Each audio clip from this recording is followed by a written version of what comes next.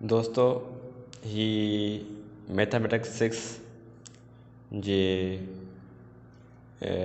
Exercise 1.1 जा जेके सवाल आहिनि उहे मूं हल कया आहिनि। जेके हल कयां पियो हींअर तव्हांजे साम्हूं सवाल नंबर 2 आहे, जेकॾहिं ए बराबरि आहे 5, 6, 7, 8 ऐं बी बराबरि आहे ABCD त पोइ मेंबर आहे ऐं मेंबर न आहे निशानी सां ख़ाल भरियो।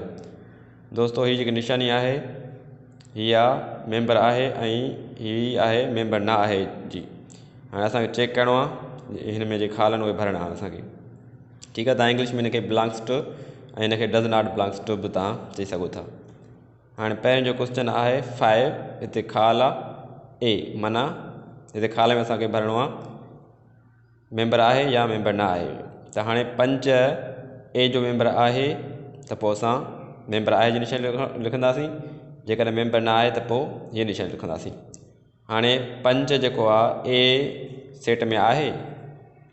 हाणे ॾिसो तव्हां 5 ए सेट में मौजूदु आहे, तंहिं करे 5 ए जो मेंबर आहे, तंहिं करे असां लिखंदासीं मेंबर आहे। हाणे ॿियो नंबर आहे 9 ख़ाल ए। हाणे 9 ए जो मेंबर आहे या न उहो ॾिसंदासीं त हिते 8 ताईं आहे, माना 9 ए जो मेंबर न आहे, त असां निशानी लिखंदासीं मेंबर न आहे।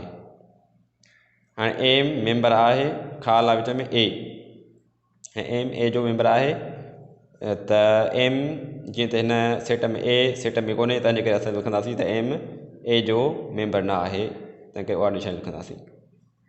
हाणे आहे चौथो नंबर सी ख़ाल बी, त सी बी जो मेंबर आहे त ॾिसंदासीं त सी बी सेट में मौजूदु आहे, मतिलबु सी जेको आहे बी जो मेंबर आहे, इन जे करे मेंबर आहे जी निशानी लिखंदासीं।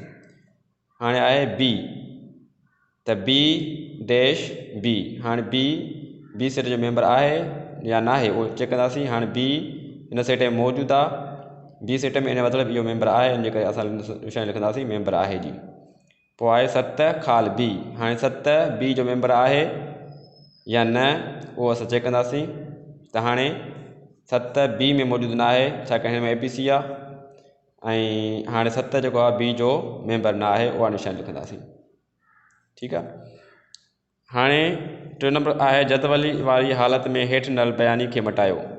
हाणे दोस्तो सेट लिखण जा जेके आहिनि 3 तरीक़ा हूंदा आहिनि। हिकु बयानी तरीक़ो, ॿियो जदवली तरीक़ो जेको ॾिंगियुनि में अंदरि लिखिबो आहे, ऐं टियों आहे निशानी ज़रिए, जेके निशानी ज़रिए लिखिबो आहे उनखे उहो 3 तरीक़ा हूंदा आहिनि। ठीकु आहे। हाणे हिते सिर्फ़ु असां बयानी खे असां लिखंदासीं छा में, जदवली तरीक़े में, यानी ॾिंगियुनि में। हाणे जेको पहिरियों क्वेश्चन आहे पाकिस्तान जे सूबनि जे गादी जे हंधनि जा नाला। हाणे सपोज़ कयूं असां सेट खे नालो ॾियूं था ए। हाणे पाकिस्तान जे सूबनि जे गादी जा हंध कहिड़ा आहिनि? सिंध जे गादी जो हंधु कराची, ठीकु आहे, ऐं बलूचिस्तान जो कोयटा, पंजाब जो लाहौर, ऐं विच में कामार असां ॾींदा ईंदासीं, ऐं KPK जो पिशावर। ठीकु आहे, हिनखे ॾींहं में बंदि कंदासीं। हाणे हीउ असांजो सेट थी वियो, ठीकु आहे, छा में, जदवली तरीक़े में। हाणे ॿियो जेको क्वेश्चन आहे 50 खां 70 जे विच वारनि कुदरती अददनि जो सेट। हाणे तव्हांखे ख़बर आहे त कुदरती सेट छाखे चइबो आहे? 1 खां वठी जेके बि अॻिते हलियो हल अंग लामादूद उहे सभु छा आहिनि? कुदरती जेके आहिनि अदद आहिनि। पर असांखे 50 ऐं 70 जे विच वारा कुदरती अदद लिखणा आहिनि, तंहिं करे सपोज़ कयूं असां बी सेट जो नालो ॾियूं था, ठीकु आहे। हाणे हिनखे जदवली तरीक़े में लिखंदासीं कीअं? 50 खां शुरूआति कंदासीं, 50, 51, 52, हाणे डैश डैश ॾींदासीं, मतिलबु हिन में सभु जेके बि आहिनि अची विया 70 ताईं। ठीकु आहे, हीअ थिया कुदरती अदद 50 खां 70 जे विच में। ठीकु, हाणे असां अचूं था हिन हिसाब ते पहिरें 10 कुदरती अददनि जो सेट जेके 2 सां पूरो वञी सघजनि। हाणे असांखे कुदरती अंग जी तव्हांखे ख़बर आहे 1 खां वठी तक़रीबन जेके माना हल अनलिमिटेड उहे सभु कुदरती अदद आहिनि। हाणे असां जेके आहिनि पहिरियां 10 लिखंदासीं जेके 2 सां डिवाइडेबल हुजनि, यानी 2 सां वंडिजी सघजनि। हाणे सपोज़ कयूं सी सेट जो नालो ॾियूं था। हाणे 2 कंहिंखे वंडे थो, हिकु 2 खे, ॿियो 4 खे, ॿियो 6 खे, ॿियो 8 खे, ॿियो 10 खे 12 खे ऐं 14 16 18 20।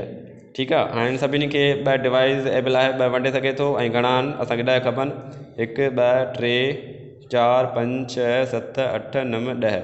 हीअ 10 असांखे कुदरती अदद मिली आहिनि जेके 2 सां डिवाइज़ेबल आहिनि। ठीकु। हाणे ही नंबर चौथों आहे क़ौमी झंडे जे रंगनि जो सेट। हाणे हीउ बाइणी तरीक़ो आहे, हिन खे असां जदवली में लिखंदासीं ऐं हिन खे डी जे सेट जो नालो ॾियूं था असां। ठीकु आहे। हाणे पाकिस्तान जे क़ौमी झंडे में कहिड़ा रंग आहिनि, अछो ऐं ॿियो साओ। ठीकु। असां लिखंदासीं वाइट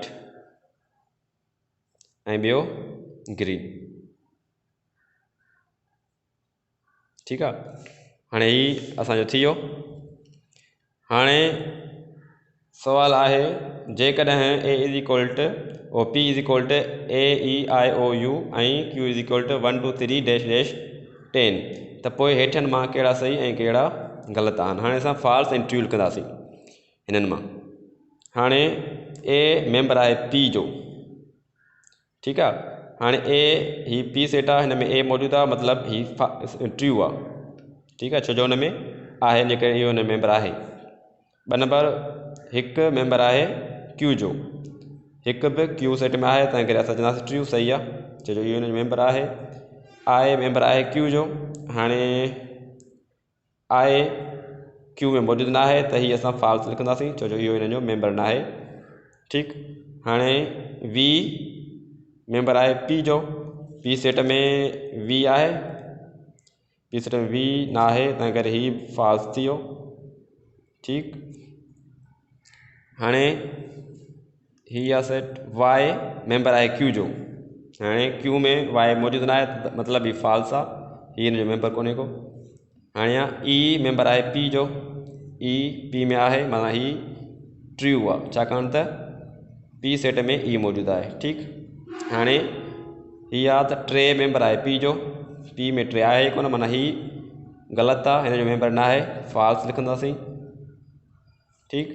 हाणे 7 मेंबर आहे क्यू जो, क्यू में 7 मौजूदु आहिनि, छाकाणि त हिकु हीअ जेको आहे 1 2 3 डैश डैश 10। हाणे हिन में असांजा 7 हिन में डैश डैश में अची था वञनि, मतिलबु ही हिन जो मेंबर आहे, तंहिं करे असां लिखंदासीं 7 मेंबर आहे क्यू जो, माना ही ट्रू आहे। ट्रू। ठीकु।